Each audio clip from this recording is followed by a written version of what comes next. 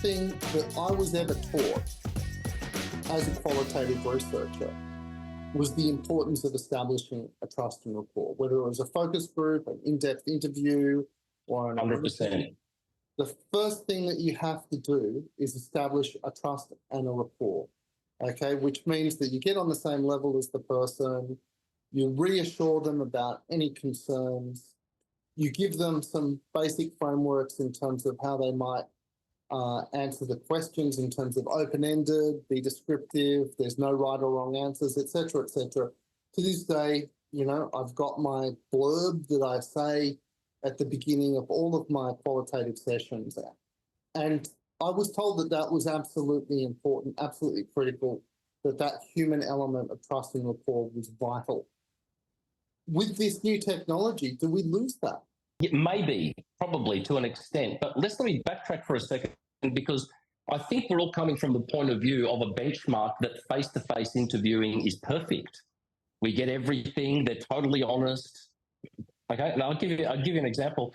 I come from, I've been doing this a long time, and when I was much younger, we used to do face-to-face. We used to have printed questionnaires, and field workers would go out door to door and do these surveys. Right now, I once looked at the responses to those surveys, and mind you, this is face-to-face at kitchen tables, face-to-face with an interviewer, and the responses were pretty much in 5% of the data. A lot of the responses were bogus responses, and this is with an interviewer sitting right there, right?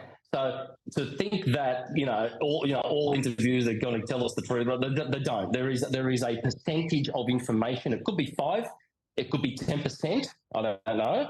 That is kind of bogus, and you can use bits of it, but not other bits of it. Same with qual, right? Probably 1 in 10 interviews, you can use some of it, not all of it. Same thing, right? So it's that sort of situation. So number one, we're coming from a flawed place anyway. So we're coming from 90%. We're not coming from 100%. We're coming from 90%.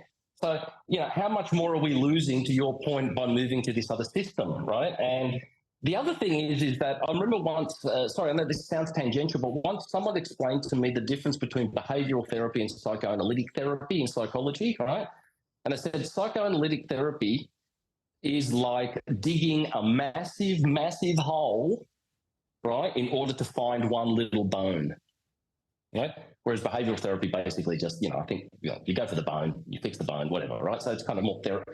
So, and sometimes qualitative research can be a bit like that if we're not careful. We can start to dig these huge contextual holes that we feel are important, but they might be too big. They might be too broad-reaching. We could have afforded to go in more, be more surgical, more incisive, more to the point. You know what I mean?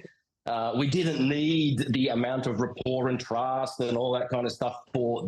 Not all projects require context. Not all projects require for you to look at my house or my car or the way I shop. Some projects, some information is asking, and a lot of information is asking a respondent to recount things that they've done. You know what I mean? Which doesn't require any backgrounding, really, to be honest. So I think it's that situation, Nick. It's a situation where, look, if you need to establish a very good context and understanding, then you got to get your camera out, go to homes, like we've been doing, Nick. We've just done a project we went to supermarkets with people, right? Because we wanted to be there with them, even though it was a very narrow topic inside the supermarket.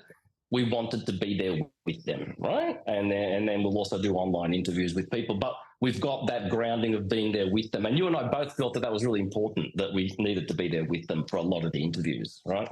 So you're right, in a way that doesn't go away. That doesn't go away. So it's a hybrid. And to that point, Rigas, with this project that we've just worked on, where we insisted on also being there at the shop as well as doing the online component. Yep. So it's a hybrid piece of research.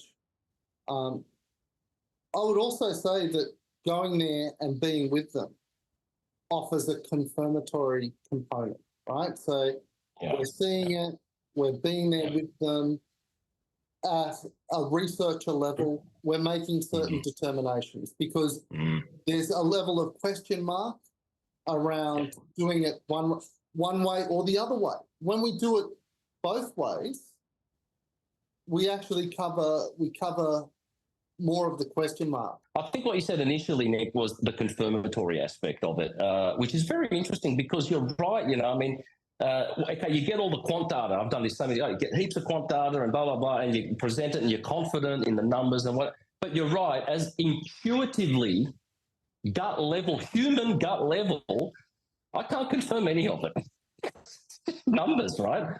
I can't confirm these numbers of people who drink this product. I can't confirm it anecdotally myself. I didn't speak to them. I didn't see it. I blah, blah, blah, blah, blah. You know what I mean? So I just have to rely on the numbers. And so what you're saying is that with humans, there is a confirmatory element that we're in the supermarket with them. After 5 interviews each, it becomes pretty apparent what the hell's going on, right? And there is a kind of an intuitive experiential confirmation at that point of reality.